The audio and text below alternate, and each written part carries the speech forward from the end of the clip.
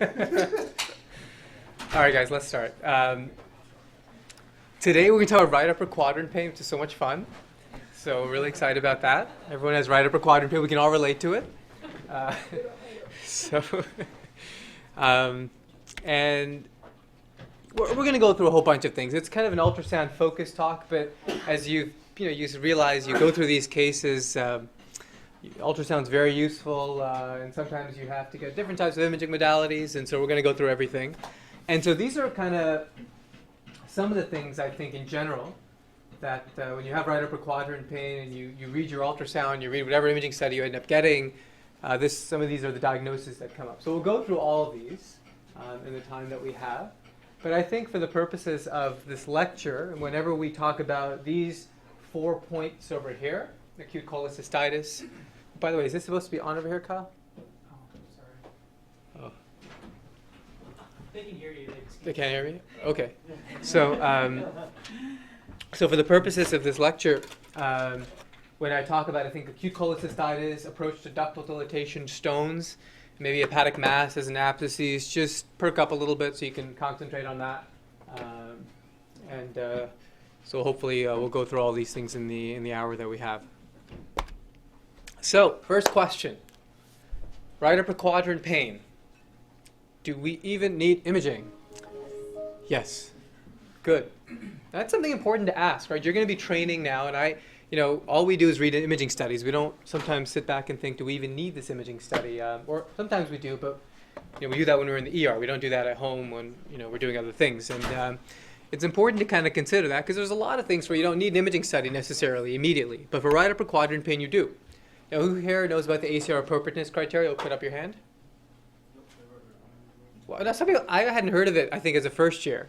And maybe I want to say as a second year. And that's maybe a failure of the system. And we should, as radiologists, know about the ACR appropriateness criteria. For those who do not know about it, there's evidence-based guidelines that are on the internet. They're freely available to everybody. They go through a bunch of imaging a bunch of clinical scenarios, and they tell you the evidence behind ordering what imaging study. So we're not going to go through that today, but we'll go through that for the purposes of acute cholecystitis because it's good to just look at it and say, you know what, no matter how good your clinical exam is, no matter how accurate your lab values are, you're going to need an imaging study to confirm what you think is going on with the patient or to exclude what you think is going on, and maybe it'll tell you something else. So you do need it for acute cholecystitis, right? So that's what I'm underlining over there. And so the question is, what's the first line imaging study? What do you guys think? Ultrasound. Perfect. So we all think ultrasound. That's very good. So this is, if you haven't seen the ACR appropriateness criteria, how it goes through things. Different variants on right upper quadrant pain, whether you have fever, a white count, something that really feels like it's an inflamed gallbladder. You want to get an ultrasound of the abdomen. The higher the rating, the better the criteria. No fever, no white count. You still get the ultrasound of the abdomen. So whatever kind of variants you look at it, you want to start off with an ultrasound of the abdomen. Now, why do you start off with an ultrasound of the abdomen? Well, it's really available. We tend to end up using it. It's faster to get in general. More importantly, perhaps, is a lack of radiation. Right? We like that. We don't want to expose people to ionizing radiation if we don't have to. And it's really good to look at the gallbladder. It's really good to look for stones. And you're there in real time, and you can kind of figure out what's going on with the patient. And it's funny, when I was looking for cases for ultrasound examples of acute cholecystitis, it's actually really hard to find in our system, which is to suggest that it's very difficult on ultrasound sometimes, even though we suggested it as the first-line imaging study. As we'll go through it, it's not always clear-cut. And in those cases, HIDA scans are really good. So we all know about HIDA scans. They're nuclear medicine studies. You inject a radiotracer. It goes in the liver. It gets excreted by the bile ducts. And if your cystic duct is patent, it'll go up in the gallbladder. It'll get taken up by the gallbladder. If your cystic duct is not patent, it won't get taken up by the gallbladder. And that tells you that there's a cystic duct obstruction, and that results in cholecystitis. So when do you get a CT? Well, I get a CT in kind of two scenarios. When you do the ultrasound, and you're pretty sure it's cholecystitis, but it's not just simple cholecystitis. There's some, abscesses perhaps. It's perforated. Something's going on that's more than just cholecystitis. So you look at so complicated cholecystitis. Look at it, get a CT, and get the extent of the damage that's going on the right upper quadrant. It's also very good to survey the abdomen. So if you have a negative ultrasound, still has pain, so let's get a CAT scan now and see if there's anything else going on. And when you get an MR in the setting of right upper quadrant pain, suspected cholecystitis, it's really only very good to look at the common bile duct. So I get an MRI in the situation that I do an ultrasound, and I may or may not see cholecystitis, but what I do see is dilated ducts, and I don't have a reason to see the dilated ducts. An ultrasound can see the common bile duct to a certain degree, but it's harder, as you all may know by now, to visualize it as it dives down and meets the pancreas, and there may be a stone in that location, and MRI is very, very good for that. This is what a normal gallbladder looks like, right? It's oval-shaped, maybe pear-shaped if you like food analogies. It's fluid-filled, which means it's anechoic on imaging, and there's different parts of the gallbladder. Now, why do you need to know the different parts? You don't need to memorize it, but the idea here is that you want to be able to look at all the different parts, because ultimately you want to clear the whole gallbladder. You may have, say, the fundus in the body, which is the fundus here in the body here, and the neck kind of meets closer to this area. If you don't visualize that well, there may be a stone hiding over there, or maybe something else hiding there. And so it's not always easy, but to the best of our abilities, we want to be able to visualize all of that. Now, there's some numbers here that you should be familiar with.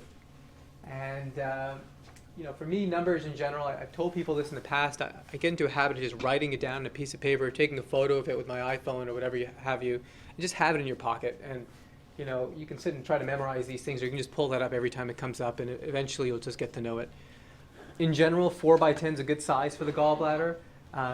4 is in the transverse dimension, and this one is a much more important number to consider than this one. I mean, you don't mind a gallbladder that's long, but one that's really wide and looks like it's about to burst like a balloon. That's what you're worried about when it comes to cholecystitis. Wall thickness less than 3 millimeters. These are some other normal values. CBD, we all know we use about 6 millimeters, less than age of 60. For whatever reason, it can enlarge with age. Right? So we use a general criteria. If we add a millimeter to that CBD per decades, and you'll be in a good ballpark for how it can increase with age. It can also increase in size with cholecystectomy. All right, we all know what gallstones look like as well. They're relatively common. They're echogenic. You can see this C-shaped structure here, echogenic, with clean shadowing. It's mobile for the most part. And it turns out that the shadowing you see from the gallbladder stone is not really dependent on the composition as much as the size. If you have a really, really small stone, you're not going to really get to see that shadowing. If you have a higher stone, anywhere about 3 millimeters, you will see that shadowing in these gallstones. I like this, the WES complex, wall echo shadow complex. You need to be able to try to recognize this on ultrasound. If you have a gallbladder that's completely filled with stones, you get this wall echo shadow complex. So that's the gallbladder wall over here, this echogenic focus. That's the echo, which is the stone, and that's the shadowing. So you see these 3 things, that tells us this gallbladder is filled with stones. And when it's filled with stones like that, it gets really difficult. It shadows out the whole rest of the gallbladder. It's very difficult to actually evaluate how big this gallbladder is, what's going on. And so it gets challenging to evaluate these patients. There's a differential diagnosis for this I have listed over here. We'll go talk about that in the next few slides. All right, so we all know what gallstones look like. That's easy. We're all familiar with sludge. Let's just make sure. Sludge is kind of biliary crystals that just form inside the gallbladder but don't quite form stones yet. They manifest as low-level echoes. This is what we call low-level echoes. They're not as dark and anechoic as fluid. They're certainly not as bright as stones. They're kind of somewhere in between. And they have no shadowing, unlike stones. And they tend to move. Right? In different positions here, you can see the sludge moving. That's something called tumefactive sludge. It's one of my favorite words, tumefactive. You can have tumefactive in any part of the body. It's like tumor-like sludge. And that's when sludge kind of looks mass-like. It doesn't really move. But unlike tumors, it'll have no flow.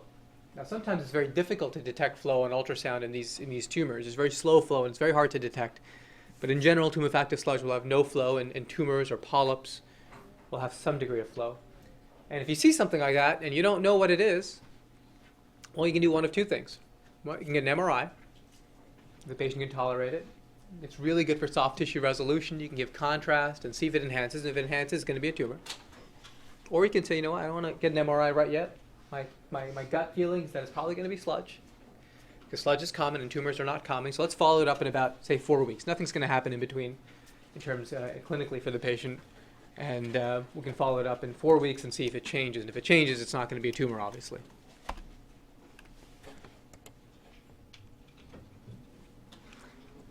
So let's talk about acute cholecystitis.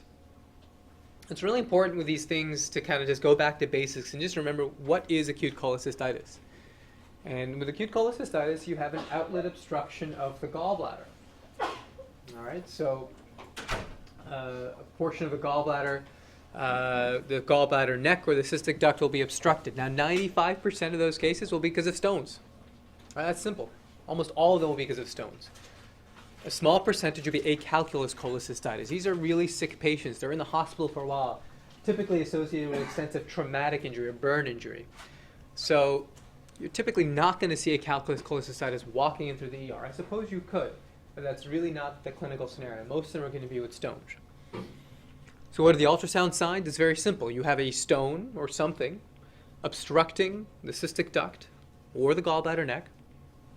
As a result, the gallbladder gets really big, gets distended. Right? Now we have values in our head to remember what gallbladder distension is. 4/10 is a normal. Gallbladder wall, when you get distended, there's venous congestion as the walls get compressed. There's venous outflow obstruction from the gallbladder wall. So gallbladder wall tends to get thick. All right, so we get gallbladder wall thickening. Then because of the stasis and distension, it becomes super infected. As a result, you can get fluid around the gallbladder. And then finally, you get this positive sonographic Murphy sign. And it's really simple to do a sonographic Murphy sign. You just find the gallbladder, press on it. It's the maximal point of tenderness for that patient. It's positive. And the way I would do it, I would start off in a completely different portion of the patient's abdomen, engage in some small talk, and kind of go around, get an idea of what the baseline threshold for pain is for this patient. And as you're doing it, just slowly kind of go over the gallbladder. And if that person winces or something like that, then that's a positive sonographic Murphy sign.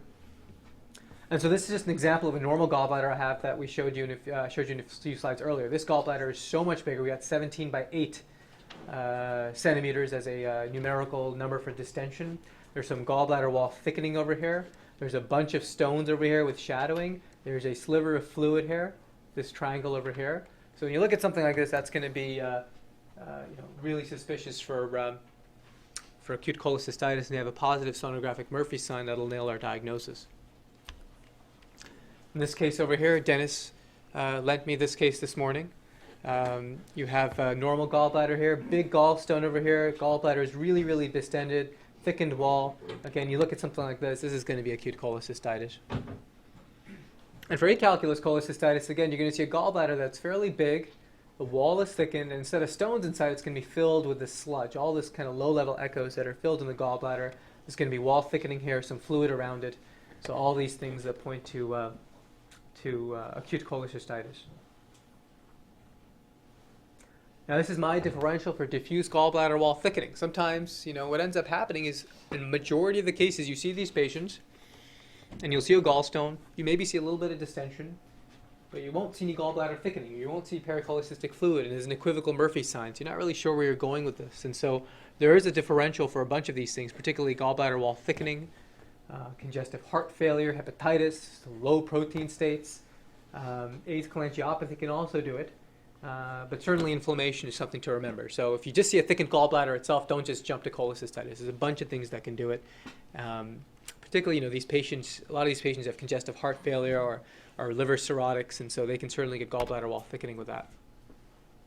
So if we have acute cholecystitis, we're pretty happy, right? But we see this, we're not so happy. This is gangrenous cholecystitis. Variable incidence. And what ends up happening is you have so much pressure because of that gallbladder distension, you get ischemia. The actual mucosal layer, and that sloughs off.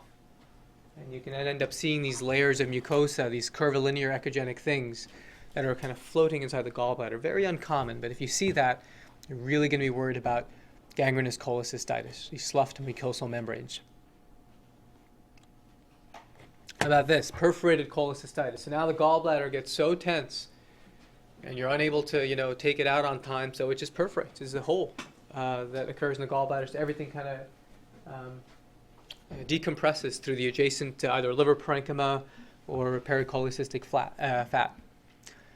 High mortality rates, typically in older patients, for whatever reason, maybe they present a little bit later, and typically perforates at the fundus because it's the distalmost aspect of where the blood goes to. And there's different types. There's acute, subacute, chronic. What we see a lot of the times is subacute where there is a perforation with an adjacent abscess.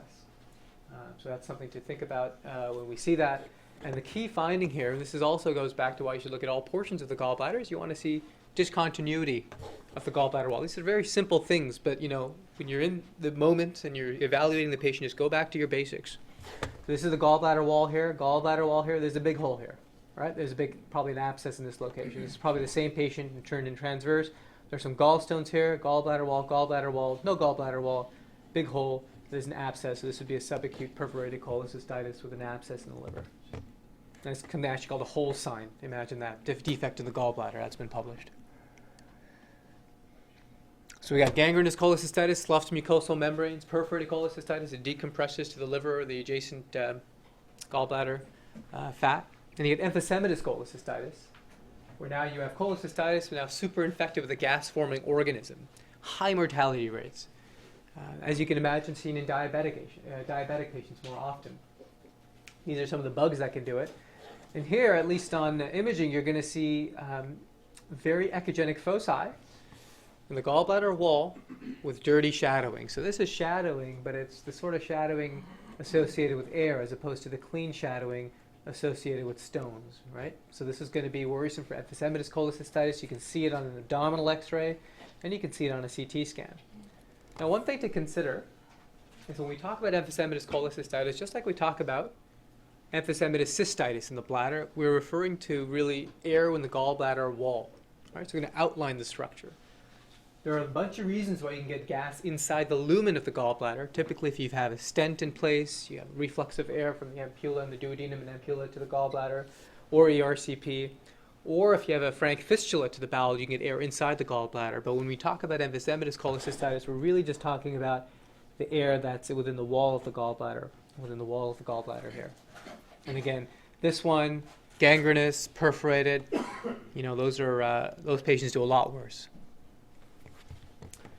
This is something that you'll come across both clinically and maybe in some exams. And I always found this confusing, this kind of differential diagnosis of these three things that can look kind of similar, right? We talked about the wall, echo-shadow complex, indicating a gallbladder filled with stones. We talked about emphysematous cholecystitis, where you have air in the gallbladder wall. This one you can kind of just watch. This one needs to go to the OR. And you have this porcelain gallbladder where, for whatever reason, you get calcification to the gallbladder wall. And nobody really knows why. People think you have stones maybe and it irritates the gallbladder wall, there's some inflammation and that calcifies over a period of time. There's been some data to suggest that there's an increased risk in these patients for cholangiocarcinoma. When people have re-looked at that, they realized that there is an increased risk, but it's not, it was initially quoted as like 25%, and it's probably closer to like 3%. So it's not as strong an association as we thought. But certainly if they're surgical candidates and they have this porcelain gallbladder appearance, you can consider an elective cholecystectomy. What I say is that if you see this, and you have no priors, and you're not sure, it is perfectly reasonable to get cross-sectional imaging. Right? There's nothing wrong in doing that. Because you don't want to miss something that's devastating like emphysematous cholecystitis. Yes, sir? Let's just say you're in the ER and you see like a porcelain gallbladder. Would you recommend like non-emergent or emergent? I mean, the patient's coming with like red upper quadrant pain. For emergent what? Like emergent CT versus like non-emergent. If you have a porcelain gallbladder and you're pretty confident it's a porcelain gallbladder, you have calcifications here. It doesn't shadow. If there's shadowing, it doesn't shadow out the whole gallbladder, just areas of calcification. And you're pretty confident it's porcelain gallbladder, that's fine. And how do you know there's nothing behind it? You know what I mean? Like more, you're coming in like the emergency setting. How do you know that there's not something like a perforation beyond it? Like with the, like all the shadowing, you know what? Yeah, so typically the shadowing, for whatever reason, the porcelain gallbladder does not block your entire view of the gallbladder. If you do think it blocks your entire view of the gallbladder, then it's perfect. It's very reasonable to get it. Well, we had a case, I think, with Gao just last week where we saw a gallbladder. It wasn't porcelain. Lots of weird sludge. We just basically could not clear the gallbladder wall. And I said, I can't, it's coming in with pain. I can't ensure integrity of the gallbladder wall. So I think you should get a CAT scan. We were in the room scanning and we couldn't do it. And I think it's very reasonable. Right? You don't want, they're coming in with pain and you see something you're not sure, it's very reasonable. It's just a CAT scan. It's not going to kill them. But if you miss it, it will. speaking of missing things, gallbladder cancer. So this was an ultrasound done during fellowship time, and I have arrows, so it's easy to point out, right? But this is a big tumor that was missed in the setting of right upper quadrant pain. About this is the tumor over here. Patient came back and had a gallbladder cancer. So very rare, happens in older people. No real risk factors. There's an association that people with gallstones end up getting gallbladder cancer more, but it just may be that gallstones are so common, so I don't think it's a real risk factor. Vast majority will be adenocarcinomas of the gallbladder. We've seen a couple of cases of squamous over here. Metastases are really rare, but if you're going to have a metastasis of the gallbladder, always say melanoma. Okay, so melanoma will metastasize there. And you typically will see one of a couple of things. You'll see a big polypoid mass or some wall thickening that's irregular. Or you can see a mass that's completely replaced the gallbladder, something called a trapped stone sign. So you have a stone, not showing it to you here, that's somewhere embedded inside a huge mass that's completely filling up the gallbladder. And this likes to go to the liver and the lymph nodes, so make sure you look at the liver and the lymph nodes, get some cross-sectional imaging. This is a mass of the gallbladder fundus. On T2-weighted images, you can see it over here, and it enhances post-contrast, so big gallbladder cancer. Gallbladder polyps. We love gallbladder polyps because no one has any idea what to do with them, right? So there are a bunch of different types of polyps. Cholesterol and inflammatory cover about 70% of them, and these are benign polyps. Right? Then you have adenomas, which are a minority of them, but the problem with adenomas is these are the ones that are pre-malignant. And how do you differentiate, what's benign from what's malignant on imaging? And the fact of the matter is you can't do it. It's really, really tough. Right? If something rapidly grows, perhaps you can consider it a malignant or a pre-malignant lesion, but other than that, it becomes very difficult. In general, polyps will look like polypoid lesions. They call it a ball on a wall sign. They don't move, they don't shadow. You may see a flow inside it, like you can see over here. There may or may not be multiple, and in general, we have to have a cutoff somewhere. So we say, you know what? We've looked at the data, and we saw that everything less than 5 millimeters, the vast majority of them end up being benign. So let's ignore it. We'll say it's a polyp. Statistically, it's likely going to be a benign cholesterol polyp. We don't need to follow it. If it's greater than 10 millimeters, we looked at that and said, you know what, at that point, these are larger lesions. If we just incidentally discover them, they actually have a risk of being pre-malignant adenomas. So maybe then we can get them to a surgeon. And if they're a surgical candidate, they can probably take out the gallbladder. And when it's in between, which is the vast majority of what we end up finding, we just say follow up. And we say 6 months. And then we say 6 months. And we say 1 year. Then we say 2 years. And there's no good data to suggest how you should follow it, for how long you should follow it. But I think if it's been stable for a while, at least in your dictation, should use reassuring language to say that we know most of these are benign and it's been stable for a while, so it's likely benign. And there have been some papers trying to differentiate these, but it's really, really very difficult and not practical. And there's adenomyomatosis. We talked about cancer, we've talked about polyps, then we have this lovely entity that can mimic cancer, but it's completely benign. So we like it a lot. And what happens with adenomyomatosis is that you have hyperplasia of the mucosal epithelium. All right? For whatever reason, who knows why. And as a result of that, with this hyperplasia, you get these mucosal invaginations. You can see these mucosal invaginations over here. And inside these little areas, these are called Rokitansky-Ashkoff sinuses. Rokitansky-Ashkoff sinuses. And inside of them, you can get these cholesterol crystals that deposit in there.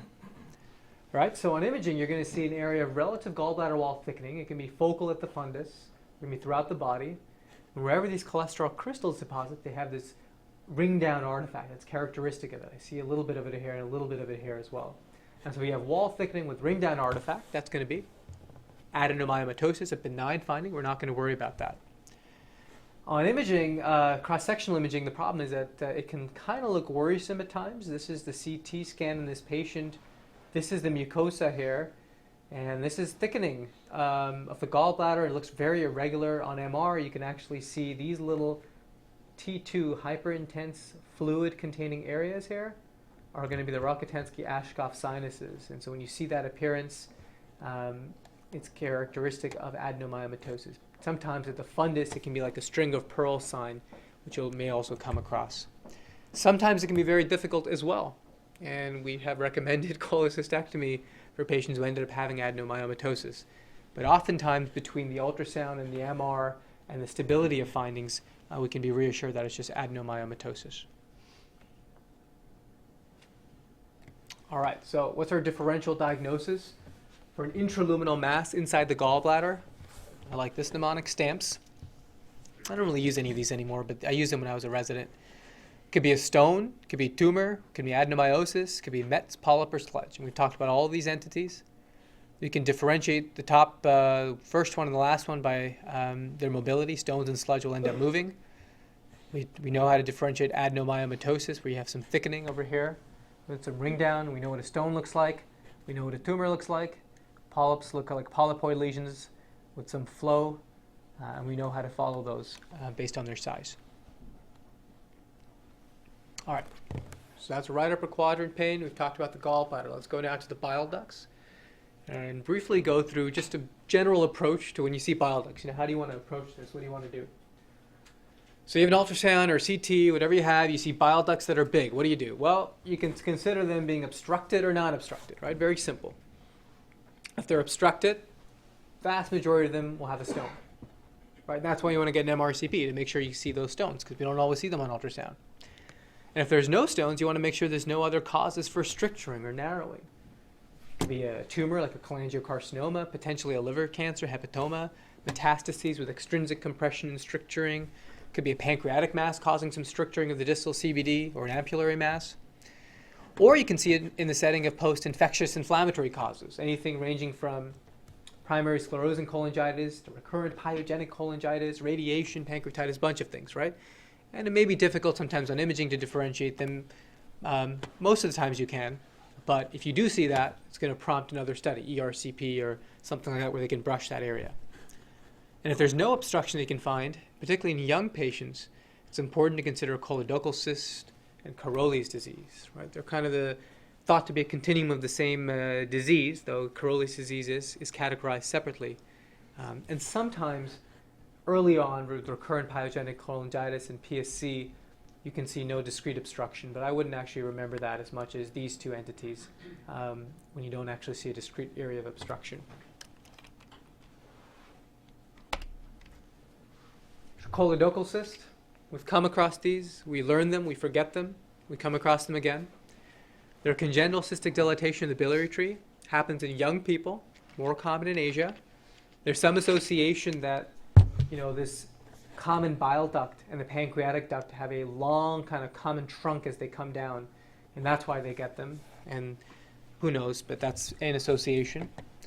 And as a result of the cystic dilatation, you get stasis in the bile ducts. Whenever you get stasis, you can get stone formation, you can get infection, and that irritation over a period of time may lead to cholangiocarcinoma.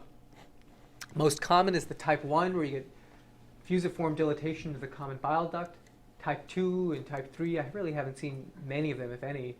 This is a diverticulum of the bile duct. This is a choledochal seal, where the union of the common bile duct and the pancreatic duct, as it enters, it's focally dilated there. Type 4A and B. Type 4A, you have intra and extrahepatic areas of ductal dilatation. Type B is just extrahepatic. And type 5 is intrahepatic only, and this is also known as Caroli's disease, which we'll get to the next slide. So they classify it as a choledochal cyst, but it's thought to actually represent, now maybe they don't classify it anymore, but it is thought to represent a separate entity congenitally and embryologically how it forms. And the imaging appearance of it is quite characteristic, where all these are dilated bile ducts. They kind of look like a big cystic mass in the liver. These are all dilated bile ducts, and inside of them you see the portal triads. And so you see a little bit of a blip of color here. This is in sagittal and transverse view, but the vessel appears in long axis. And so this is actually a characteristic appearance, and it's called the central dot sign. Right, to know about the central dot sign, you're not going to see this entity that often, but when you see it, it's like an ought many. It's one of those things you just look at and you recognize. And there is an association with this entity with renal disease. Medullary sponge kidney, autosomal recessive polycystic kidney disease, maybe even autosomal dominant. But the point here is that if you look at this and you think Caroli's disease, look at the kidneys, because they're typically abnormal as well. What peribiliary cysts? Anyone heard of peribiliary cysts before? So, benign thing. That's why I want you to know about it. But it can mimic intrahepatic ductal dilatation. It's seen with cirrhotics. So when you rotate down an MRI, you see a lot of patients with cirrhosis. You're going to see this not uncommonly. And for whatever reason, you have these cysts associated with the intrahepatic bile ducts, and those cysts get big. So it's not the bile ducts themselves, it's the cysts associated with the bile ducts. And they're typically located centrally in the region of the porta hepatis. So this is the portal vein over here, and you see all these areas. This is a post-contrast image. And there are areas that are non-enhancing. They're going to be filled with fluid that just track on both sides of the portal veins. This is what it looks like on ultrasound. You don't have too many good cases on ultrasound that I've seen. But this is an area of of dilated retention cysts. They don't fill with color. And on MR, you can see here it's also filled with cysts. So the only point I want to make you guys aware of this entity is because at times it can mimic intrahepatic ductal dilatation. But how do you differentiate it? Well, it's typically seen on both sides of the portal veins, as opposed to ductal dilatation, which will only be seen on one side. And also, when you actually look at the morphology of this ductal dilatation, it's not tubular, it's actual discrete cysts that are enlarged. You don't do anything about it. All right, so we kind of covered some of these things, choledochal cysts and Caroli disease. Let's go on to the obstruction limb of this algorithm. So Choledocholithiasis, i.e. stones in the common bile duct.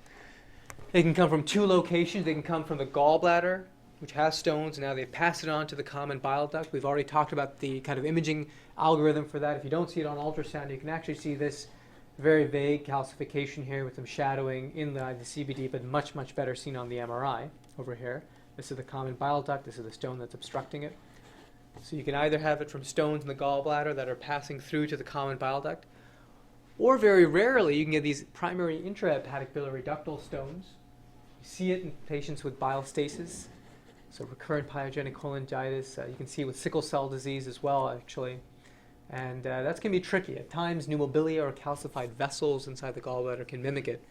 But it's something to think about, particularly in the appropriate setting of sickle cell disease or recurrent pyogenic cholangitis. I love Mirizzi syndrome. This is a fun entity. So we're maybe familiar with it. Mirizzi syndrome is an entity where you have a stone that's lodged in the gallbladder neck or cystic duct. And it's lodged in such a way, you can see one over here. This is the common bile duct. This is the cystic duct going to come over here. It's lodged in such a way that it's causing extrinsic compression of the common bile duct over there. So everything above it is going to be dilated. All right, so if you look at it on this one, you can see a big stone over there. On this ERCP, big extrinsic defect over here with upstream ductal dilatation. On this MRCP, same thing, big extrinsic defect with upstream ductal dilatation. And similarly here, though, I don't think it's as well demonstrated, so I'm not sure what I'm showing you guys there. But know about it, just because it can, can mimic, can look like a tumor, at least on ERCP, but they'll ask you about Mirizzi syndrome at some point in your tests. So that's stone disease, choledocholithiasis, Mirizzi syndrome. Let's talk about strictures, right? You have cholangiocarcinoma. It's uncommon. You see it in older people. There's some risk factors. Adenocarcinoma is the most common primary tumor. And they can come in three varieties. The most common one is this Klatskin tumor that's in the porta hepatis. It's really ill-defined and just causes upstream ductal dilatation. You can also get it distally as a polypoid mass, or you can get it intrahepatically like seen here. You see a big mass, and there's upstream ductal dilatation associated with it. A big mass here with some enhancement in upstream ductal dilatation. When it's out near the periphery, it can cause retraction of the capsule in that location. That's something else you need to look for with cholangiocarcinomas. Cholangitis. We talked about kind of inflammatory causes leading to strictures. Really, really tough to see on imaging. You can do MRs, you can do whatever you want. It's really tough. And so you'll see sometimes, especially in MRI, they'll say evaluate for cholangitis, and there's not many good signs for it. Certainly, if you see, ductal thickening, like you can see over here, that's something that can suggest it. One of the most common signs is just biliary ductal dilatation, or in PSC you can see dilatation with alternating with strictures like this over here, kind of a beaded appearance of the intrahepatic bile ducts. but it's a pretty tough entity to diagnose. But if you see thickened biliary ducts or some beating of the bile ducts, it's something to consider. So we've covered the gallbladder. Let's briefly now go to some of the liver things that we wanted to cover. We covered the gallbladder and the bile ducts, that is. So most of us here will be familiar with the normal anatomy of the liver. It's pretty homogeneous, kind of isoechoic to, if anything, minimally hyperechoic to the kidney and hypoechoic to the spleen. Anyways, you don't need to remember that. Portal veins will have an echogenic border as opposed to the hepatic veins, which don't. Portal veins will have that border because there's some fat around them, okay, which is echogenic on ultrasound. And we see this all the time in our patient population, right? Hepatic steatosis. Compared to the kidney, it'll be really, really echogenic, really bright when compared to the renal parenchyma. And more than that, you just won't even see the actual vessels nicely inside the liver. Certainly those echogenic walls of the portal veins will be lost. You see them very nicely here, and I can't even detect a single one here. Poor visualization. The sound beam has a lot of trouble going through these patients' livers because of all the fat. Posterior aspects of the livers, the diaphragms just won't be seen well. There's a whole bunch of things that can cause it. Alcohol, malnutrition, overnutrition, obesity, and diabetes, TPN, all this sort of stuff can lead to hepatic steatosis. And that can actually, in the acute setting, cause right upper quadrant pains. If people go out on the town and have a few drinks, come back, get acute hepatic steatosis, and that can lead to some discomfort in the right upper quadrant. Yeah, hepatitis. I find this really, really hard as well. Oftentimes it's normal, what's been described in ultrasounds, the starry sky appearance. So this, if you compare it to steatosis, where everything's really, really echogenic, now the liver is edematous and everything's more hypoechoic. So what you end up seeing is the portal veins really, really much more better, with the fat around it much more conspicuous. And so this would be an example of something with hepatitis in the appropriate setting. And again, there's a whole bunch of things that can do it. But if they're looking for hepatitis, they're looking for this starry sky appearance on ultrasound. Liver masses can also cause right upper quadrant pain. All right, you can't really differentiate a whole bunch of masses on ultrasound. You can tell them if it's there or not. Next step typically is just to biopsy them. But something that you can see here, a bunch of masses, pancreatic primary here, causing liver metastases. And some of these liver masses have this target sign, which is a differential for it over here.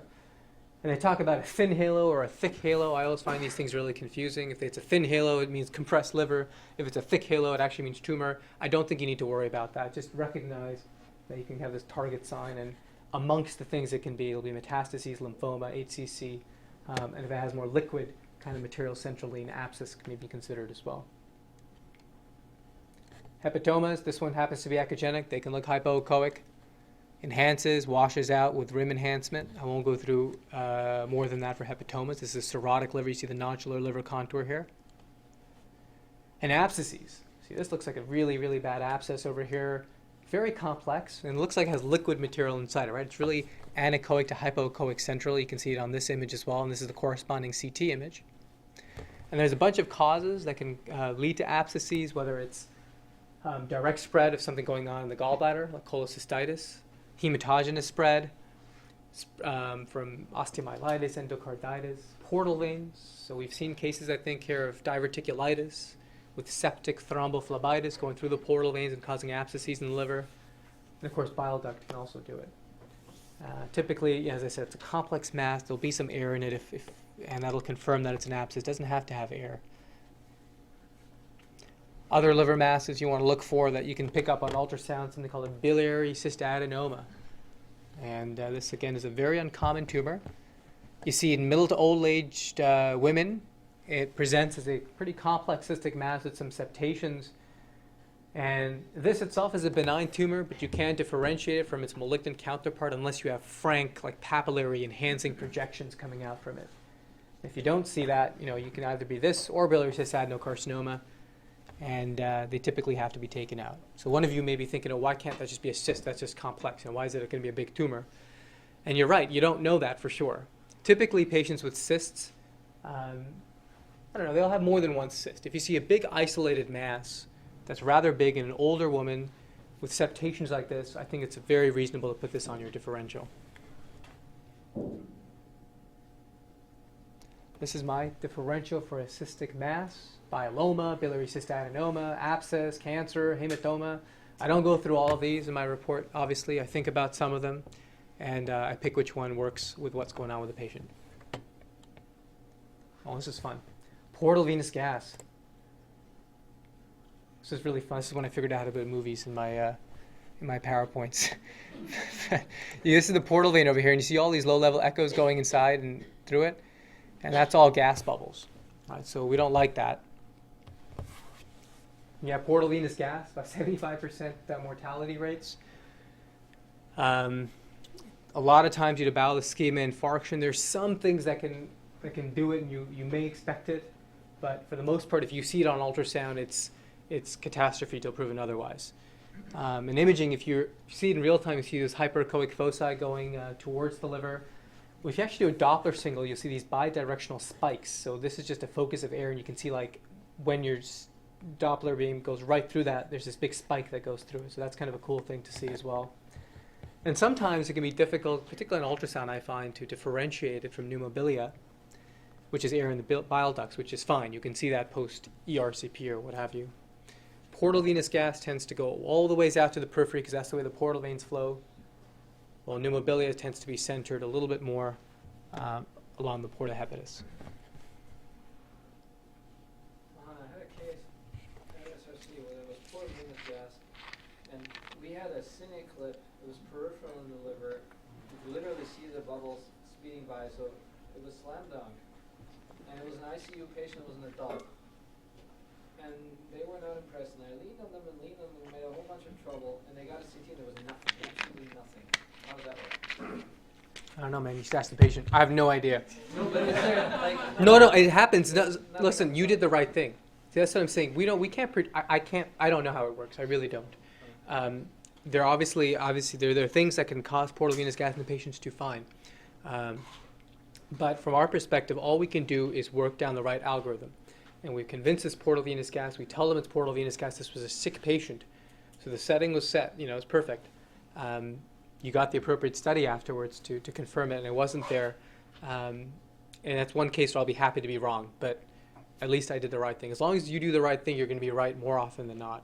Okay, but I we can't don't explain. It could be, we don't write like benign pneumatosis type line in the impression ever, right? I wouldn't do that with portal venous gas. Yeah. Even with pneumatosis, to be fair, unless it's an outpatient, or I do call just to make sure the patient's doing okay, because you don't know. You don't know with these patients. Portal venous thrombus. Right, so we talked about portal venous gas, thrombus. I guess a black and white photo showing the portal vein here about 2 centimeters, partially filled with blood, but most of it's filled with tumor here. The corresponding CT scan showing this kind of rectangular area of tumor. And lots of causes of portal venous thrombus, or malignancy, hypercoagulable state. And one thing with tumor thrombus, on ultrasound at least, if you put a waveform over it, it kind of looks like a hepatic artery. So some of you may be familiar with what hepatocellular carcinoma is all about, but they basically get supplied primarily by the hepatic artery. And so the tumor thrombus will also be supplied primarily by a tiny branch of that hepatic artery in some sense. And so when you do a Doppler tracing, you're not always going to get it, but you'll see hepatic arterial flow inside the tumor, inside the tumor thrombus. Hepatic venous thrombus can also cause right upper quadrant pain. Again, hypercoagulable states are what cause it. You can see it here, this filling defect at the junction of the right and middle hepatic veins going into the IVC over here. And both with hepatic venous thrombus and portal venous thrombus, you guys know this by now, don't rely on your grayscale, get a spectral Doppler signal. And we've had cases, I have to say, where on ultrasound we got no spectral Doppler signal, no power signal, to really pick up slow flow, and it looked pretty echogenic. And we got an MR soon after, and there was flow in the vessel. And so sometimes, on occasion, extremely slow flow may be present. So no frank clot, but it can really mimic clot. But again, if you see that, you have to call thrombus to prove it otherwise. And oftentimes we'll get another study to confirm that. So we'll move on to the pancreas. We're almost done over here, guys. I always find the pancreas really tough to see on ultrasound. For some reason, we keep on trying to image it, and we say we can't see it because there's all this bowel gas and stuff. But I find it's really tough. And I think, you know, when it comes to the pancreas, I'm not so much looking for the primary mass as I'm looking for the mass effect. So if you have somebody come with right upper quadrant pain, jaundiced, and you're worried about a pancreatic mass, you really want to see if there's intrahepatic or extrahepatic ductal dilatation of the pancreatic duct. My upper limit of normal for me is 4. So 4 or more, I say, okay, fine, that's going to be on the bad side. And then here you can see ductal dilatation. This is the double duct sign with a mass at the pancreas. And you may have come across this double duct sign, and at least when I was at least a med student, maybe even an early resident, I always thought that was pancreatic adenocarcinoma until proven otherwise. But you know, we're all smarter than I was back then, right? It does not necessarily have to be a pancreatic cancer, or just something at the junction of those two ducts. So certainly it can be a pancreatic cancer. But yeah, it could be a cholangio, distal cholangio, it could be an ampullary mass as well. So it's not a slam dunk pancreatic cancer until you see something there. Pancreatitis can also give you pain. There's a whole bunch of causes for pancreatitis. Alcohol and gallstones are our most common causes. We typically do ultrasound in the setting of pancreatitis to pick up the etiology, which is gallstones, if you have no prior history of gallstones. And again, I find it very difficult to actually look at the pancreas itself on ultrasound with pancreatitis. It can be enlarged and hypoechoic, as seen over here. But often the most common finding you'll see is kind of a normal appearing pancreas, but just some trace fluid around it, which is what you would expect to see on a CT scan. We see some peripancreatic fluid. But again, they're not really doing this to look at the pancreas, or at least they shouldn't be doing it to look at the pancreas. They're really looking for the cause of the pancreatitis, which is the gallstones.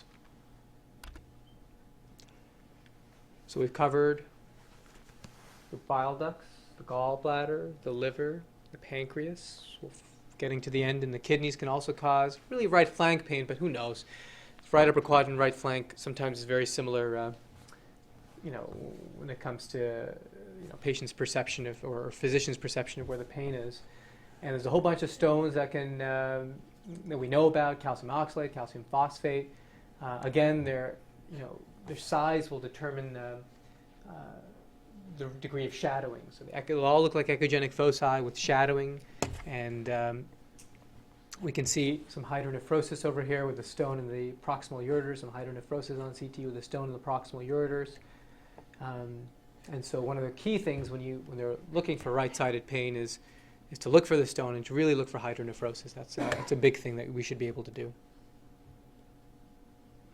And they do this all the time as well. They look for pyelonephritis on ultrasound, and I find this incredibly difficult, and I don't know if they're good imaging signs for pyelonephritis on ultrasound.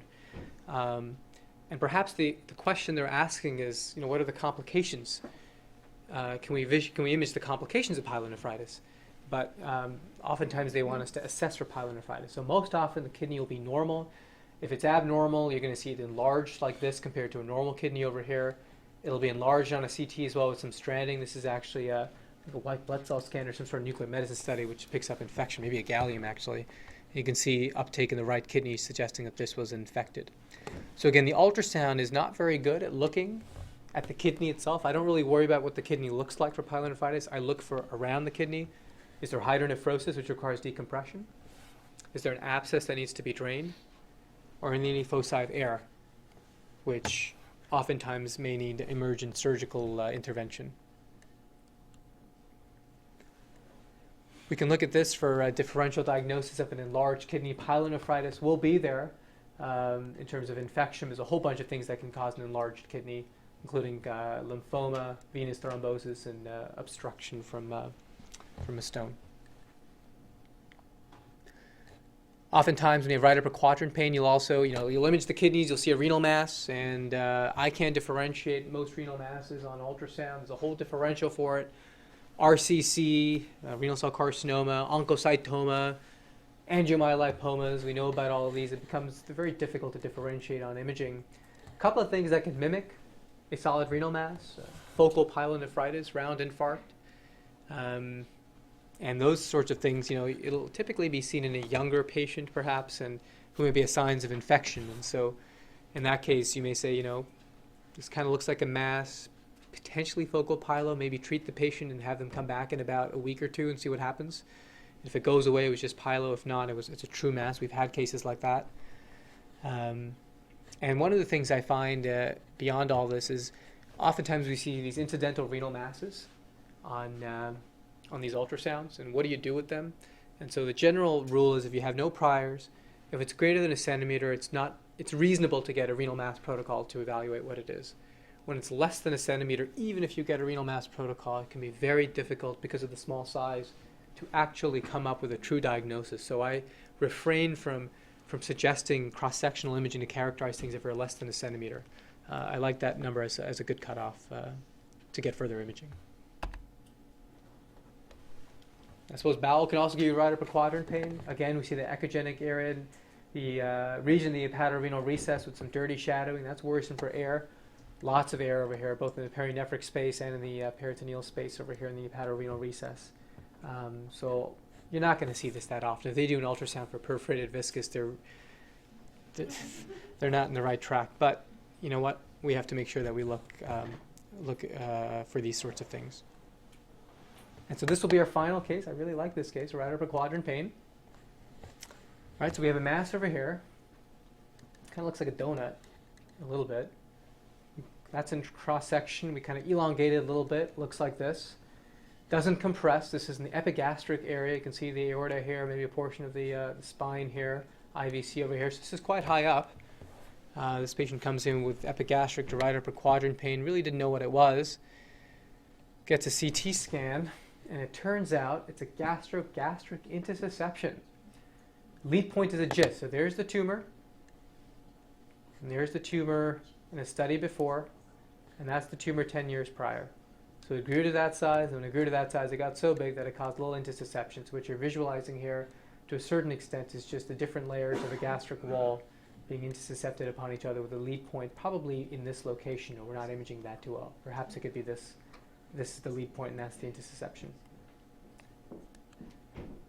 All right, so that's it. There's a lot, but in the end, make sure you know how to diagnose acute cholecystitis, and make sure you know when you can diagnose it and when you need to step it up to another imaging study. All right, I think that's really, really important.